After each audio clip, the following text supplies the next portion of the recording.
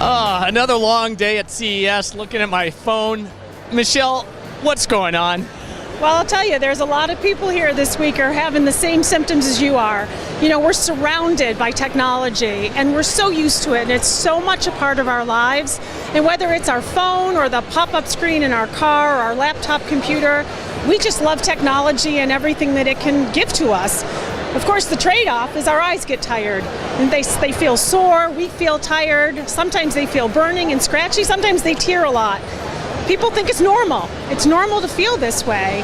But we're calling this digital eye fatigue. And it shouldn't have to be normal. But as we see more and more digital devices and people becoming dependent on the things that they can provide, we're seeing more of this with our patients and in eye care industry.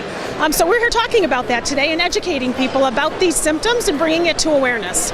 Well, in CooperVision, and you're an optometrist with CooperVision, is leader in contact lenses and helping people with their eye problems, right? Exactly. And people are very familiar with contact lenses, certainly spectacles. Many people wear either or both. But digital eye strain and digital eye fatigue can supersede that, because it doesn't necessarily mean that your prescription is wrong or that you're wearing the wrong correction. That's certainly important, and that's a first step for anybody who has these symptoms. But even with the proper correction, staring at a screen all day and having your world, a couple feet from you changes how you view the world, and you feel different about it.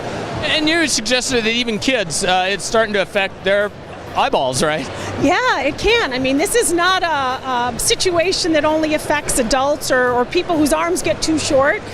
We've got a lot of kids on devices for a lot. We're seeing them in schools, we're seeing them at home, and we're starting to see symptoms in children as well. They are impacted in the same way. Well, one of the questions I asked you was, what product are you here to sell? And it really is just awareness, it sounds like. Yeah, we're not here to talk about a product. We're surrounded by products that really call to the attention to the fact that digital eye fatigue is real.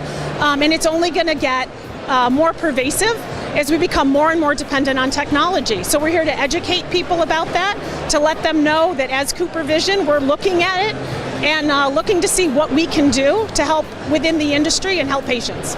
You have a website. How would other, whether it be CE manufacturers, consumer electronic manufacturers, maybe even broadband providers, how would they get involved, maybe helping with your website? Yeah, so you can go on fighteyefatigue.com and learn all about the condition. That's EYE, not I, right? Exactly. But that's where you can start and get information about what we're talking about here today and follow us in our journey.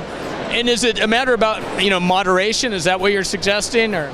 Yeah, so right now, we ask people to follow the 20-20 rule, which is every 20 minutes, take a 20-second break and look 20 feet away. Give your eyes a break.